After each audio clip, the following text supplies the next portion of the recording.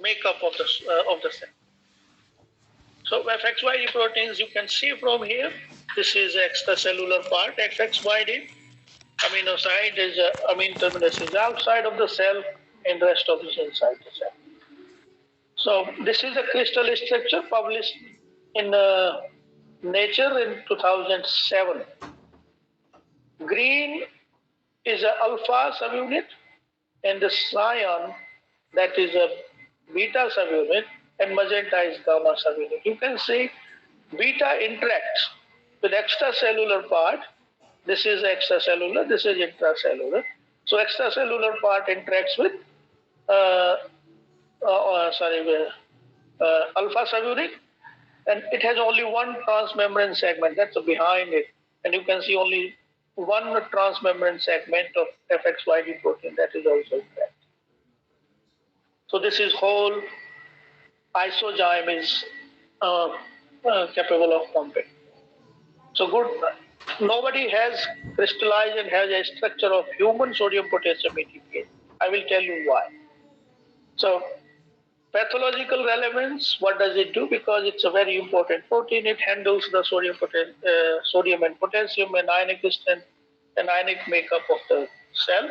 So therefore, not only that, because it creates a electrochemical gradient across the membrane. So this electrochemical gradient is used for secondary transport, such as your vitamins, minerals, in the glucose. So it is doing lots of work. So dysregulation and aberrant expression lead to several disorders and diseases. So some of them are here. Number one is hypertension, cardiac dysfunction, and vascular contractility. That means person can have what do we call it? A stroke as well. Atherosclerosis. There are evidences, but not directed studies has been shown about atherosclerosis. Renal disorders, mostly renal failure, neurological disorders, cancer and metastasis, and glaucoma. So these are some of them.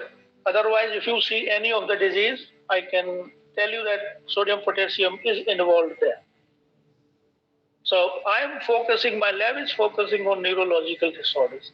So don't ask me that what have I done so far in this area of research. Yes, I have a system, so I will start and I will tell you what have I done so far in sodium potassium ATPase. So what happened? In 1991, this Robert Levinson, he showed that cell-specific expression of mRNA encoding sodium potassium ATPase alpha and beta subunit within the rat central nervous system. So he has shown that alpha 3 is predominantly expressed in brain. Alpha 1 is also there, and beta 1 and beta 3. So this was the first report that shows about the multiple isoforms are expressed in mouse brain, rat brain. Then because of differential expression of sodium potassium ATPase, people have tried to check what is doing. Then in 2012, Professor Ruma Banerjee at Michigan University, what did she do? She took brain of the dead people, of course, normal people and Alzheimer people. So people who do not have Alzheimer's and patients who had Alzheimer's. And what did she do? She checked the sodium potassium concentration in those brain tissues and cells. What is the differences? What did she found? It was a difference. So this study was followed by the Japanese group, and they found that sodium potassium ATPase alpha 3 is a death target for Alzheimer patients of beta assembly. So I will be giving you about these two papers, what have they shown. After that, there are another that alpha synuclein assembly is also sequesters neuronal alpha 3 sodium potassium ATPase, and again they impair the sodium gradient.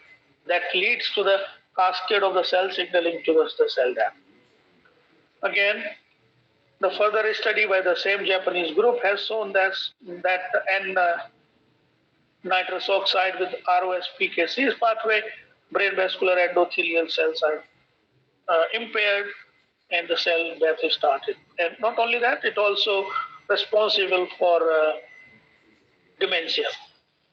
Aberrant association of superoxide dismutase 1 with sodium potassium ATPase impairs the activity and contribution motor neuron and also responsible for ALS. Neuronal secretion, it also kills. How does it kill the neuronal cells? So you can see from not only that, there is also, I have not put here, sorry for that, that's also told that impairment of sodium potassium ATPase alpha 3 is also involved in Huntington's disease, that is indirectly related to cell death. And people are trying to show that if you have antibodies against sodium potassium ATPase, that will help the cell, the disease cell, to go for autophagy, and the autophage cell can be replaced by the healthy cell. So what happened in EMBO 2015? They showed that aggregated alpha-synuclein that recruits sodium potassium ATPase alpha 3. So it made clusters of sodium potassium ATPase alpha 3. What happens when they come closer? Their functionality goes down. When their functionality goes down, what happens? Then sodium and potassium concentration will be changed compared to the normal cell. So when it changes, when sodium potassium get inhibited, you have a calcium load. Calcium concentration inside the cell gets increased. When calcium increased, you know that calcium is a secondary messenger also. It can do many things and it does many things. So in this case, this is a dangerous thing. So it starts aggregation, it starts several kinases, and the end result is cell death. Similarly, this paper also published in 2021, they showed that amylospheroid, that is the specific aggregates of A-beta amyloid that binds to sodium potassium ATPase alpha 3, that induces a ROS production, that PKC activation, and impaired relaxation. So it has multiple functions and multiple roles.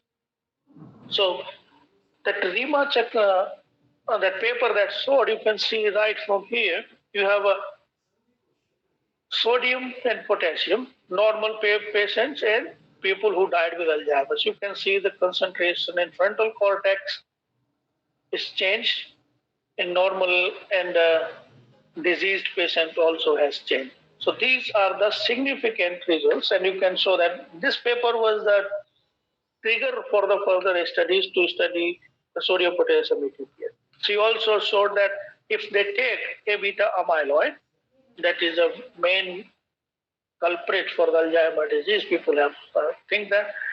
So they took alpha-beta amyloid and they synthesize, and they can show that you have sodium change, sodium concentration in cell is changed with respect to the concentration, sodium and potassium. So this Japanese group had shown that amylospheroids binds to mature neurons only. They don't bind with neurons which is new or early born. So how do they do that? They cultured HAC293 cells, and they cultured neurons from 2 days old mouse. What did they do? They added ASPD. ASPD means amylospheroid. These are specific aggregates. So what happens? You have A-beta amyloid peptide. It's a 40 amino acid long. So there are two forms, 40 amino acid and 42 amino acid long. They get aggregated. When they get aggregated, they make specific aggregates. So amylospheroids are the specific aggregates. So it starts from octamer. Sometimes it reaches around 50 kilodalton also. So those specific aggregates, in this case, these amylospheroids were collected from the patients. So these Amylospheroids, mean this is the protein aggregate that was collected from the patients. So what did they do? They collected the amylospheroids, they purified them, and they added to these cells. Hex cells, 2 days old mouse-driven neuronal cells, and 19 days old mouse neuronal cells. And what did they have? They have this one is antibody. They have antibody against amylospheroids, and this one is 6E10. So this is A beta specific antibody. So this antibody 6E10 binds with only A beta, and this one, this antibody AST3 binds with only amylospheroid. So what imagine if you add this antibody and amylospheroid together, that means you are neutralizing amylospheroid effect, right? When you are adding this antibody, you are binding with only A beta peptide. So you can see directly from here HAC293 cells and 2 days old neurons, that means 2 days old mouse-driven neurons. When you added ASP, E, and amylospheroids, you can see they are not dying. They are not dying much. When they took the neurons derived from the mature mouse, and you can see they added ASPD in these three, and you can see this is the death. Nothing is going on. And what are these antibodies doing? There is no amylospheroids. They are not dead. And they had only antibody. It increased little bit death, but that is not significant. When they added the 6E10, that is specific to the A beta peptide, there is no death either. So what do you see? What do you want? You want to see that if I add this antibody, then it will be going to affect, it is going to reduce the death. And you can see right from here, adding of the antibody against amylospheroids, that affected the death, it reduced the neuronal death. So what does it tell you? This experiment tells you that amylospheroids bind to mature neurons, not immature neurons. And if you stop and it binds and it starts death, neuronal death. But if you inhibit the binding of amylospheroids by adding antibody against amylospheroids, you save the neurons from the dying. So what did they do? Where does it bind? So what did they took the HAC293 cells, that is not neuron cells, then they have a new mature neuron. So by using that, you can see by increasing the concentration of neuron, and they found that it bounds to the surface. So where bind it, what protein it binds with, they did the far best method, and they found that it binds with sodium potassium ATPase alpha 3 specifically. So they have A beta 1242. What does it tell you? It tells you this is the length of A beta from amino acid 1 to 42. And you can see from here, A beta amino 42, you can see it makes 55 kD. It binds something else. When you have for patients amylospheroids and you do pull down assay and you got all these back. If you look very carefully, you get this band. This band is very specific, and that band is around 107 kilodalton. They have said that. And you can see 2 days old, you don't see anything. When you have a 21 days old, you can start seeing it. And when HAC293 cells, you don't see. This is something else. But when they did again confirm this by mass spec also, and they used antibody against sodium potassium ATPase alpha 3, they found this is the potential interacting partner, and that turned out to be a sodium potassium ATPase. So from this experiment, they have shown, okay, sodium potassium ATPase alpha 3 binds here to the amylospheroids, and what does it do again? They again proved with several experiments this is sodium potassium ATPase alpha 3, not alpha 1 or alpha 2. Where does it bind? They also, by doing some bioinformatic studies, they proposed this is the region that it binds. Now you can see they have a proposed, they have a data, they have everything. But the problem is, how will you prove it? You cannot prove one on one. The reason is there is no system. It can bind some other proteins that is near sodium potassium ATPase alpha 3. So this may be an indirect interaction. Is it direct interaction? We don't know yet. You can see that you can do this FRET assay and so on. Yes, you can do, but since it's a very heterogeneous system, that is not convenient either. So if you make FRET pair with amylase spheroid, it doesn't make amylase spheroid. It makes some other structure. So this turns out to be a very difficult. Sir, there is one question from Vildi, sir. Are amylospheroids forerunner of amyloid plaques seen in neurodegenerative disease? Sorry, I didn't get that. What the chat में उनका message है, are amylospheroids forerunner of amyloid plaques seen in neurodegenerative disease? Sir, आप unmute करके पूछ भी सकते हैं, बेटी sir. See, sir, I just want to know, are the amylospheroids a forerunner of amyloid plaques? Oh, yes. These are the forerunners, yes, because these are before the plaque they have to form. Then only plaque will form. So who is the culprit? Sodium potassium ATPase dysfunction or the plaque deposits? Sir, that is we have to find out, isn't it? Okay. So this is like that. Plaque formation is a later stage. Okay. Definitely, first you have a beta amyloid that start aggregating.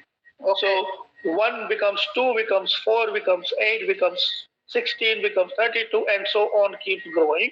Okay. And those specific aggregates, what do? They inhibit sodium potassium ATPase. Okay. So when they inhibit sodium potassium ATPase, that too specifically alpha 3. Okay. And in your neurons, 70% of sodium potassium ATPase is alpha 3. Okay. So function, what did you do? You killed 70% of the sodium potassium ATPase. I mean, not killed, you inhibited 70% sodium potassium ATPase. Yes. So when you inhibit sodium potassium ATPase 70%, definitely it is going to impair the electrochemical gradient, right? Ionic imbalance you create. And that ionic imbalance can do anything. Means you increase the calcium, you change the sodium potassium ATPase, sodium and potassium concentration. So it can lead several aggregation processes such as your plaque formation. It can also lead towards the cell death. It can also lead to the phosphorylation. So endless possibilities are there once you inhibit sodium potassium ATPase. Okay, thank you very much. Thank you. Did I answer your question? Yes, very correct, very nice. Neeraj sir पहचान गए होंगे बेटी sir को. नहीं sir, कौन है? मैं समझा नहीं. I was in South Campus, professor in microbiology at South Campus department. Okay, sir. Yes. Okay. So, problem is, how do we prove this is everything is going in, right? Since we do not have the system. I told you also in previous slides that sodium potassium ATPase alone does not express. Means it's not expressing in isolation. Like alpha 1 is there, nothing else will be. You have alpha 1 in every cells along with some other isoforms. So you have at least 2 isoforms of sodium potassium ATPase. So in cell study is not so easy. So there are bottlenecks. To prove this hypothesis, this is not exactly hypothesis. This is the thing that people have shown. But since I'm a biophysical chemist, I like to see in isolated systems. So bottlenecks to study this pump and this phenomena, the structure tells you itself. It has a hetero polymer, I will say. It has a 3 different isoforms, alpha, beta, and gamma. So expressing this protein in this status itself is a challenge. So each cell expresses more than 1 enzyme. The biggest challenge is to clean and stable system. So for example, if I purify membranes, if I take membranes from any cell, the cleanest system that we have, that is your erythrocytes. But erythrocytes also have alpha 1 and alpha 2, sometimes alpha 3. So again, it's a heterogeneous system. Which protein is going to work there? And you can have the second cleanest system is Genopus oocyte. Genopus is a frog. So frog that gives you a very big eggs. So those eggs you can inject mRNA and you can express it. But again, your alpha 1, alpha subunit can reach there. Then you have to inject 3 of them. You have to inject alpha, beta, and gamma. Then you will not have again, you will have alpha, you will have alpha beta, and new possibility you have alpha beta and gamma or FXYD proteins altogether. Again, you have a system that is heterogeneous. No isoform specific inhibitor or activator is available today. There is no specific activator or inhibitor. So again, very big field, open field to study. Recombinant systems were not available. Only one lab has it. Now my lab is also having it, so we are very few lab among them they have. For last 3 years, very few lab have them. They took from the first lab at Weizmann Institute of Science in Israel. And the last part, even you have recombinant system, this protein is extremely delicate to handle. So again, membrane protein itself is a problem. Then this is one of the most delicate protein.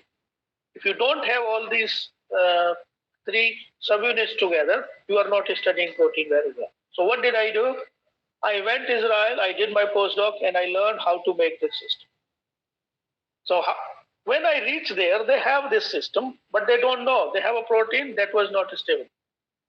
When they asked me, they hired me, Professor Stephen Palace, such a gentleman. I have never seen anybody better than him.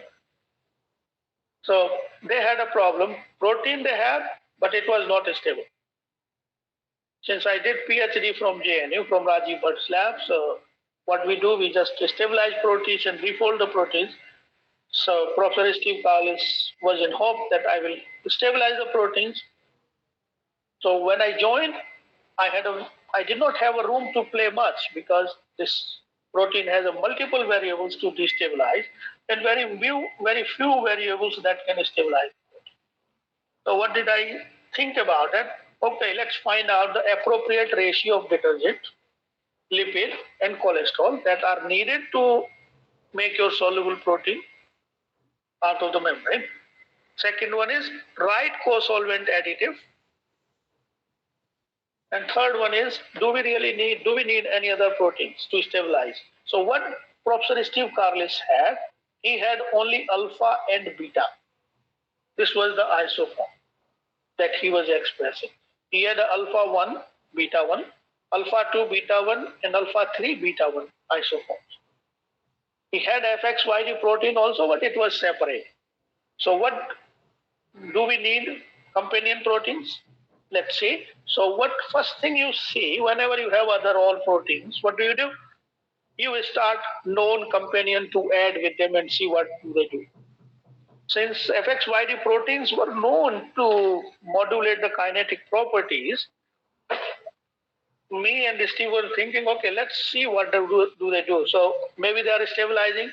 So we took 3 FXYD proteins, FXYD 1, 2, and 5. PLM is 1, gamma is 2, and CHIF is FXYD 5. So we expressed separately these FXYD proteins.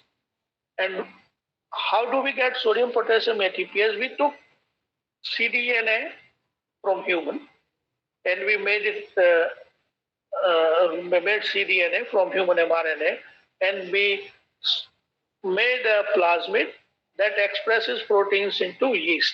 So we had one plasmid that expresses alpha and beta both subunit in one plasmid, and we transformed that plasmid into the yeast.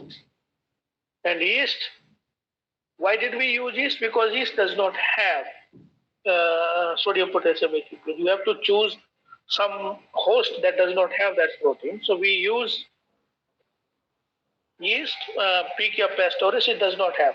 Yeast have a proton pumps. They do not have a sodium potassium ATPase. So we use yeast and we had a protein into membrane, then we solubilize it, and we have a his tag on beta subunit.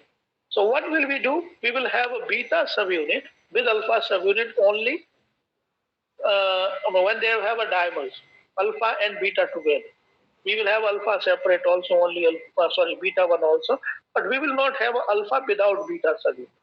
Since beta is not kinetic subunit, so we don't care much about it. So, sir, what was the problem in E. coli system producing this recombinant protein? Sodium potassium? It doesn't reach to the membrane. Okay.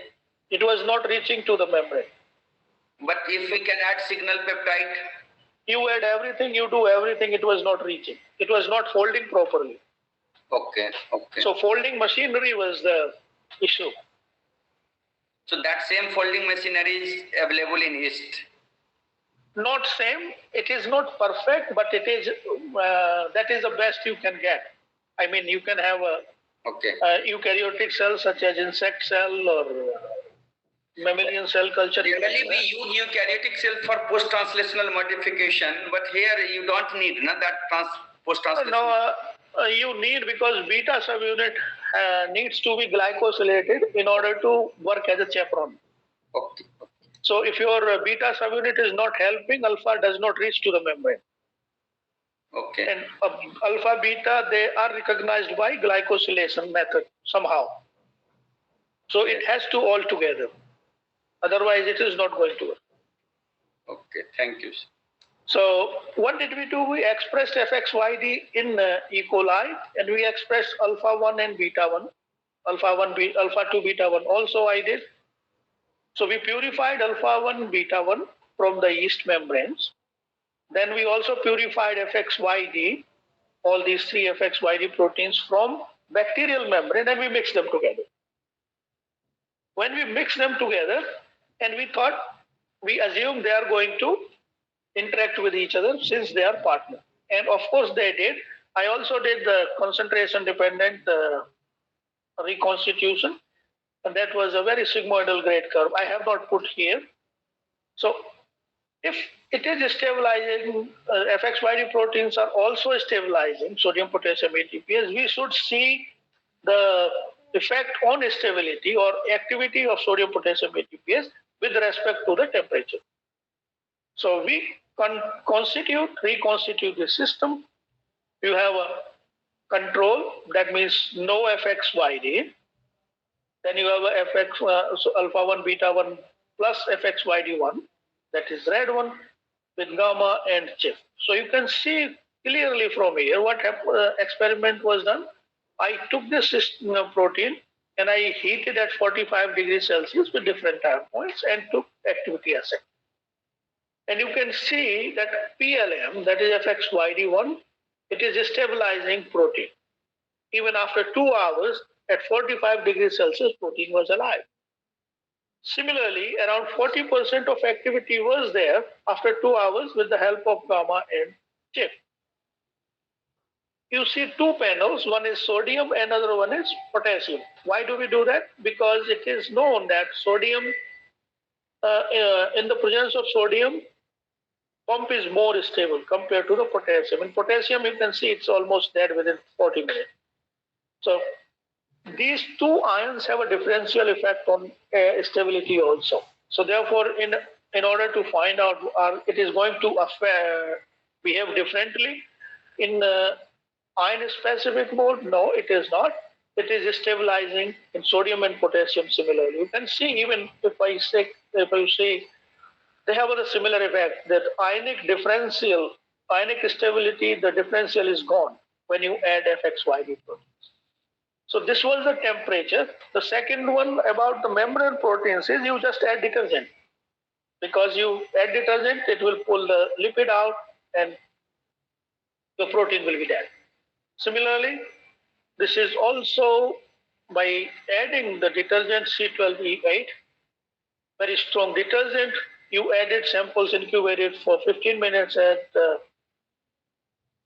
room temperature, and followed by the 5 minutes at 37 degrees Celsius with the different concentration of C12E8. And you can see protein is greatly stabilized by the FXYD protein.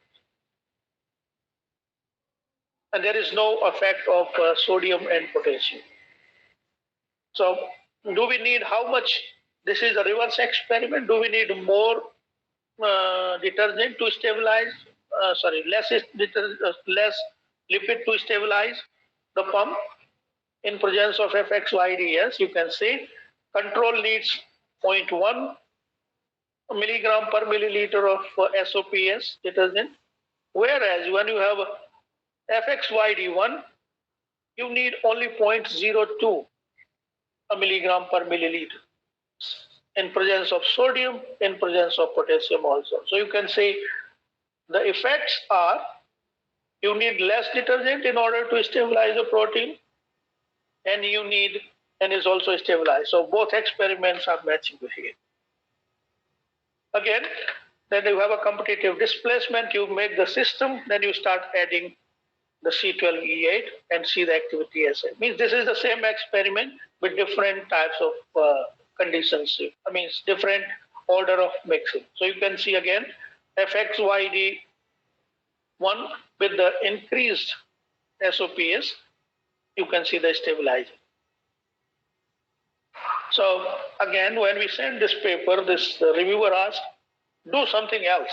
How will you prove that FXYD protein binds with SOPS? This may be some other lipid, but of course this is the purest lipid we bought from synthetic lipid. But they said, we also propose that SOPS, this phosphatidylserine, is specifically bound to the one place that is going to affect. So they said, okay, so prove it. So what did we do?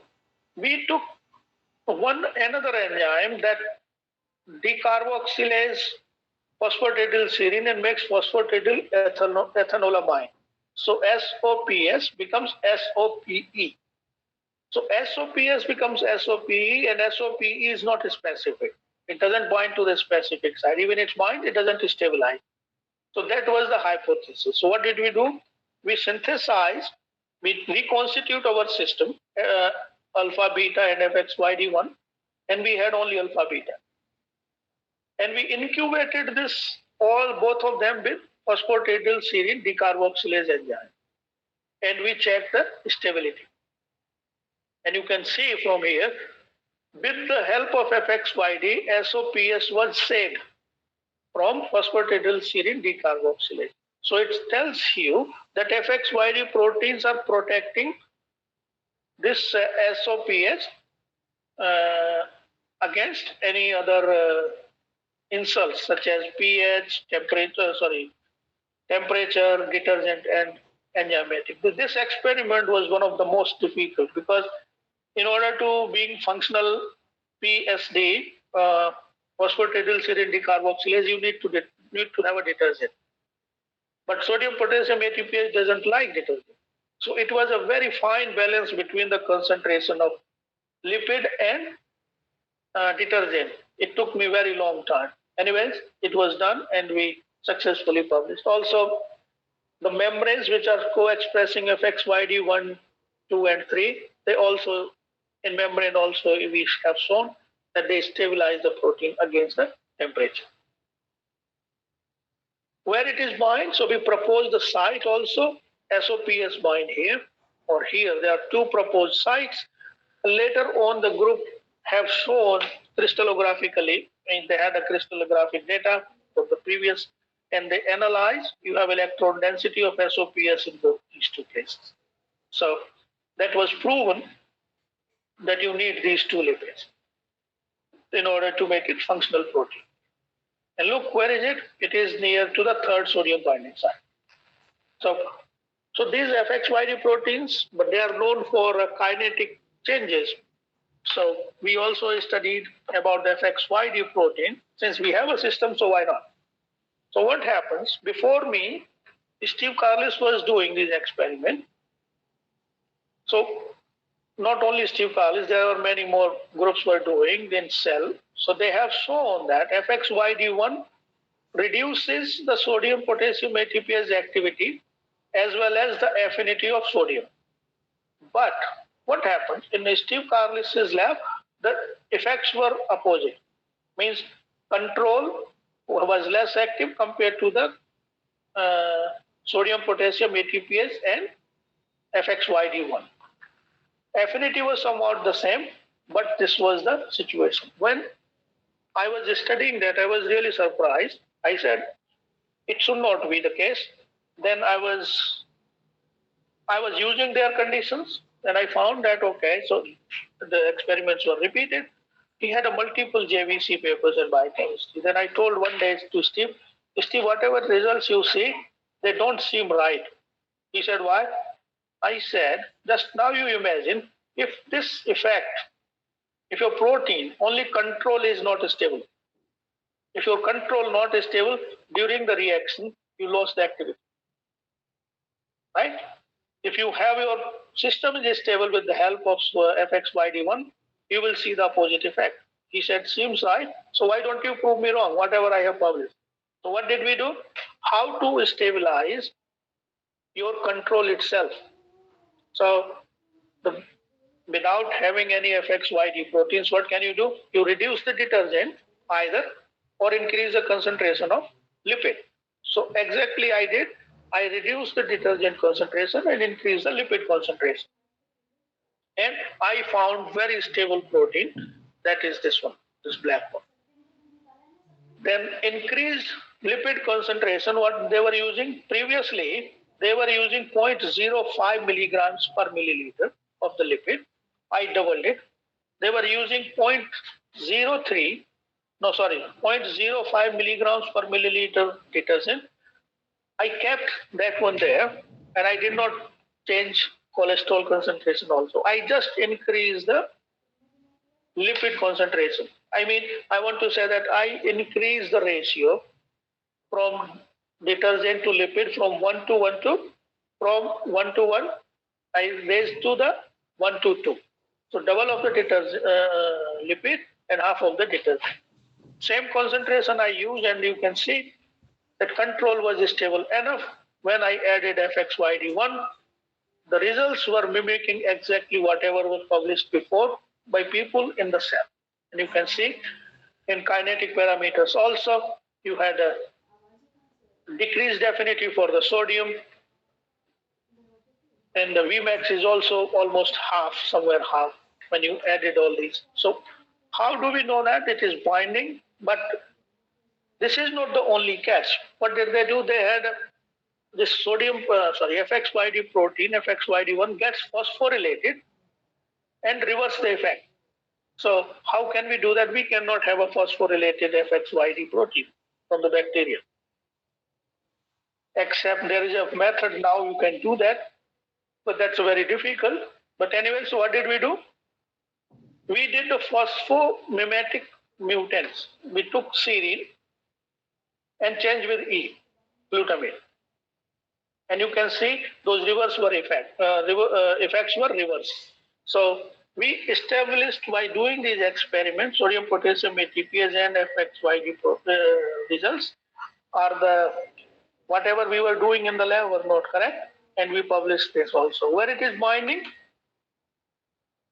and how is it happening? So you can, this is nothing, whatever is here, this data, it just I plotted here about, this is about the activity of sodium potassium ATPase. So what happens? You have a E1 and E2 conformation. Sorry, I didn't show the cycle of the pumping. So E2 means you have a potassium bound. It is from outside to inside. So E2 means it is pumping out. Sorry, pumping in. Potassium pumping in from outside to the inside. So you can see it is not affecting from E1 to E2. It is affecting only from E2 to E1 cycle. So here you have E1P. It bounds with 3 sodium and E2P. So releasing sodium outside. It is not getting affected. But when it's open outside, means releases the 3 sodium outside, it opens up and it creates the room for 2 potassium. So release 3 sodium bound to potassium, but protein itself has a phosphorylated. Then it occluded and releases inside this. So from E2 to E1, this one you can see, this is the process that is going to be affected. So FXYD1 protein, FXYD1 protein reduces the rate of E2 to E1. So that's why you see the Vmax is lower compared to the without FXYD protein. Where does it bind? This bioinformatic and docking studies has shown this is a very specific place. You have A and C. So between actuator and the nucleotide binding domain, it interacts here. This is the region where does it interact. So this was our contribution towards the sodium potassium ATPase. We know that how is it getting activated by sodium FXYD1 protein as well as FXYD protein also stabilized. We have this system in our lab at Geetham University. We are working on it. I got this ICMR grant also on that one, thankfully, and I'm going to work on that. So conclusion for this, whatever I have worked, say FXYD proteins strongly stabilize sodium potassium ATPase against heat and detergent by stabilizing a specific SOPS molecule. The order of stabilization, whatever FXYD I have used, those three of them. So one is the best stabilizer, followed by the second FXYD and the fourth, not five, sorry. And FXYD proteins do not stabilize intracellular and extracellular parts. It stabilizes only the transmembrane region. That was the experiment. Sorry, I didn't show you. That was the fluorescence denaturation. So despite having common FXYD domains in all FXYD proteins, they stabilize sodium potassium ATPase differentially. It suggests the changes are in transmembrane region of FXYD proteins. So they are different at transmembrane, except few glycines are there. Those are conserved. And proteins are responsible for stabilization, not the FXYD domain. And hyperbolic nature of titration curves, when we do, we titrate FXYD, we add FXYD into sodium potassium ATPase enzyme. So it shows that they have a very specific interactions. And intracellular interactions of FXYD proteins with the sodium potassium ATPase affects E2 to E1 conformation kinetics. My lab is working on Alzheimer's and Parkinson's disease, and our study is divided into following steps. So first of all, we have to develop those isoform expression and purification. Since lab is changed, so we have to start from beginning. My lab is fairly new. It started only a few months ago, after I got the grant. Then I want to study all FXYD. So I will have all FXYD proteins and their kinetic effects. How are they going to affect sodium potassium ATPase activity? And how this inhibition of sodium potassium ATPase by amylospheroids and changes the calcium load, and it affects the aggregation of the proteins inside the cell. So this is my very ambitious goal that I'm going to study in my lab. The reason is I don't have a specific aggregates. So I have to find out first a specific inhibitor for alpha 3 or alpha 1. Then screening of small molecules or fragment libraries for designing isoform selective inhibitors or activators, followed by the ligand constructions. I will have small molecules from the screening. Then I will be taking that molecule as a pharmacophore in the pharmacy or medicinal chemistry language. Then I will do ligand deconstruction or construction in order to find out the best inhibitor. So I'm here right now. My lab is expressing alpha 3. Let's see what happens in 1 or 2 weeks. We will know about it. And thank you. I will be taking questions if anybody has any questions, please. तो बहुत अच्छा से आपने दो decade का पूरा अपना काम जो है ना, मुझे लगता है नहीं, ये 2 डिकेड का नहीं है गोपाल जी। कितना दिन का है ये? अब तो ये मेरा नहीं 3.5 साल का काम है। तो आपका ये पोस्ट डॉक वाला? हाँ ये मेरा, हाँ ये इजराइल वाला है मेरा। इसको मैं कैसे वो बंद करूं इसको? Okay, okay. So now attendees, participants may ask question. If you have any question, any discussion. No question. If there is no question, then you can share your feedback. I have given you Google form also to write your feedback. You can also orally share your feedback if you don't have any question. Anybody can share feedback. BD sir, I think सबसे aged and सबसे experienced person हमको दिख रहे हैं, and he is attending almost 2-3 continuous lecture. Sir. Sir. Yes, it was Namaste, sir. Very interesting lecture, and in fact, see, right from my student days, I have been listening to the sodium potassium ATPases, but in fact, I did not know that it is involved in so many diseases. Okay, I always thought that it is a part of most cell and is probably associated with the ATPA, with the energy generation, but that they are involved so much with the disease. That means, and it exists in so many isoforms. Okay, and each one of these isoforms can respond in a different manner, and how it exists in different cells is all again different. So there is a full spectrum of this protein. Yes. And it can bind it can respond, you can say, in a variety of ways. And then some of the most difficult kind of diseases like Parkinson's disease, dementia, and other diseases, hypertension, that they are probably mediated through some tampering with the sodium potassium ATPases.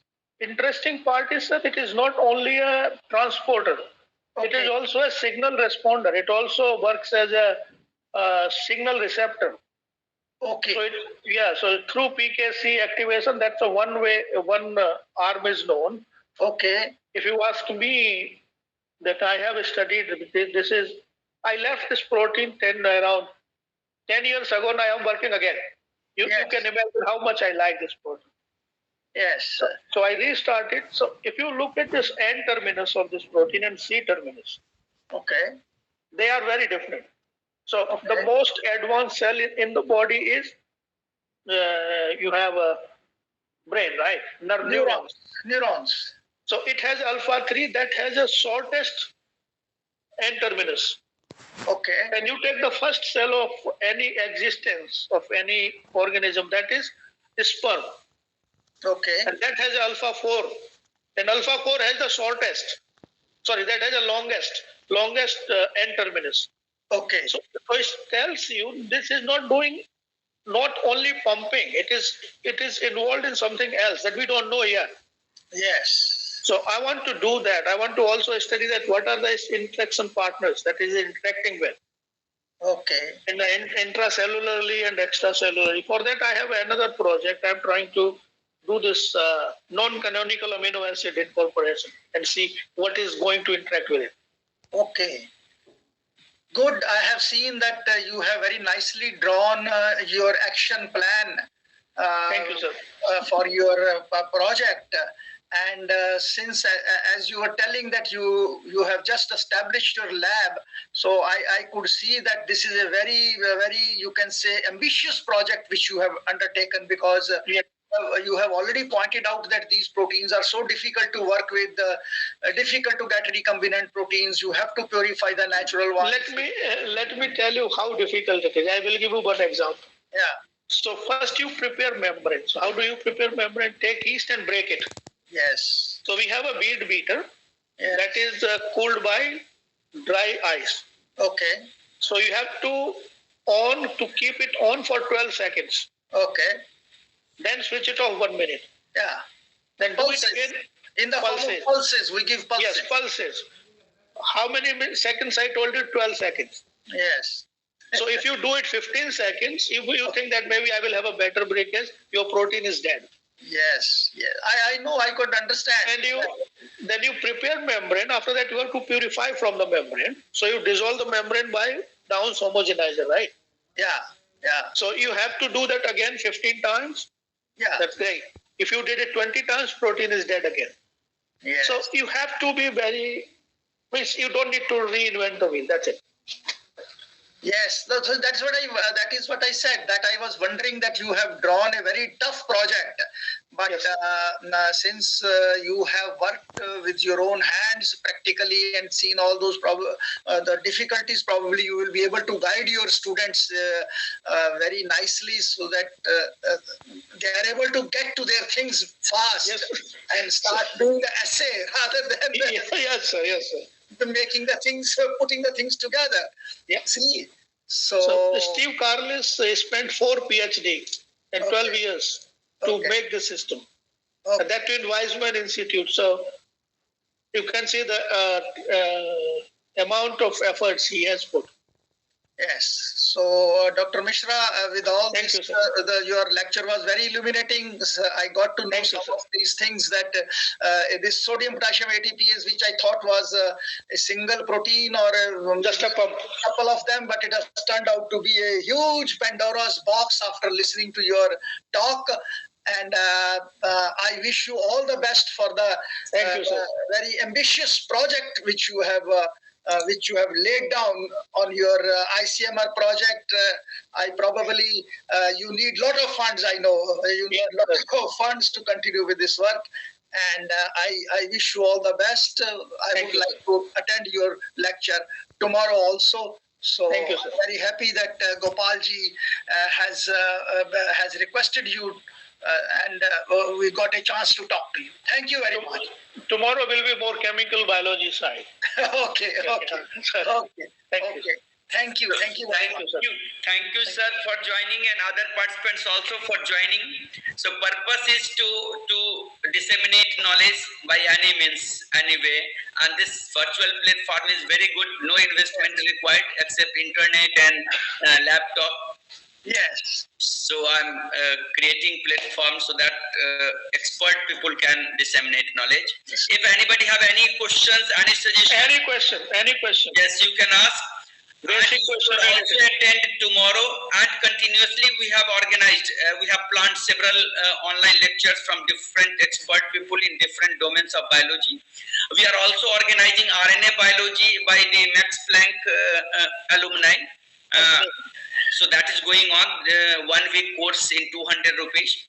And next course by Dr. Poonam Mishra madam on basics of bioinformatics. It will start from 25th January.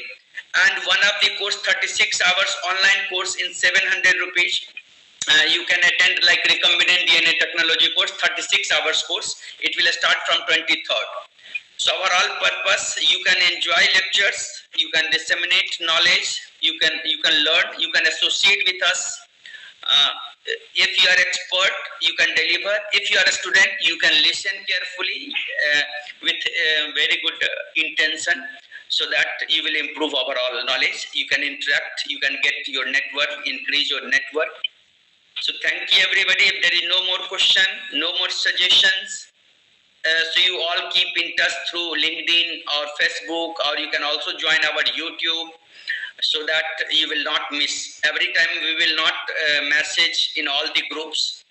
You can ask me question by sending me emails or whatever. Yes. If you have any doubt or any query regarding whatever I'm doing, yes, you can.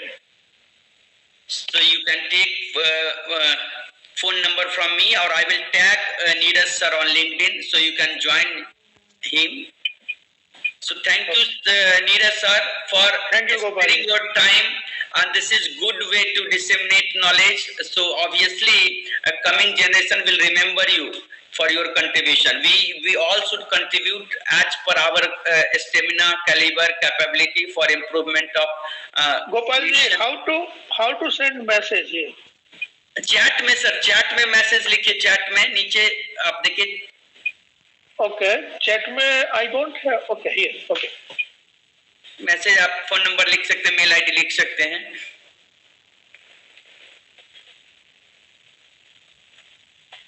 मेरा भी 4:30 college बंद होता है। हाँ हाँ ठीक। This is my email for university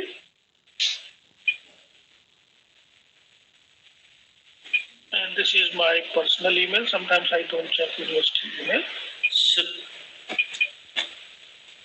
and my phone number is आपका एक ही मेल आईडी आया सर? दो है, एक है मिश्रा, उसके बाद सुप्रिया का है। नहीं नहीं नहीं नहीं, दूसरा मेल आईडी नहीं आया शायद, आप दबाना छोड़ दिए, सेंड करना मैसेज नहीं आया। मेरा फोन नंबर दिख रहा है? फोन नंबर तो दिख रहा है, लेकिन मिश्रा एन के एक मेल आईडी है, दूसरा नहीं है। हाँ हाँ ऊपर है, यस यस ठीक है सर, आ गया आ गया।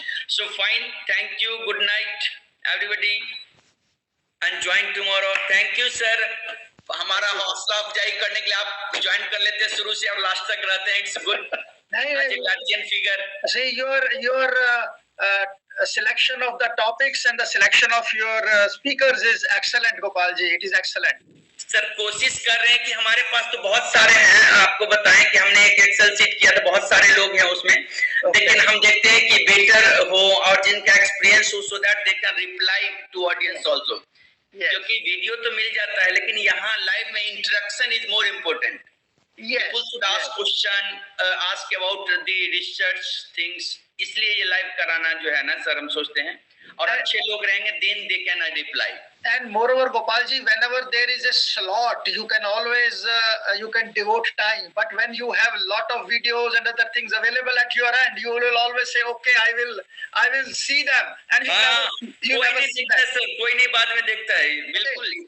But when you have a slot at 4 to 6, Dr. N.K. Mishra is going to speak, and of course you will always try to attend. और इसीलिए मैं फीडबैक का भी लास्ट में डालता हूँ, नहीं तो लोग बहुत सारे 3-4 बच्चे देखे होंगे छोड़ दिए, बाद में फीडबैक दिया भर के निकल गए।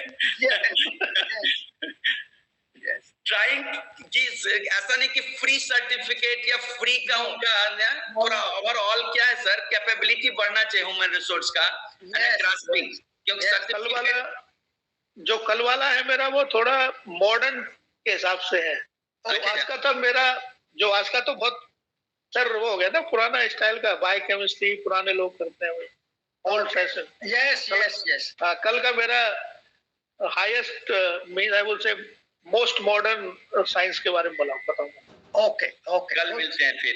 Good, very good, very good. Thank you, good night sir, Neeraj sir. Good night sir, good night Gopal. Good night. Good night.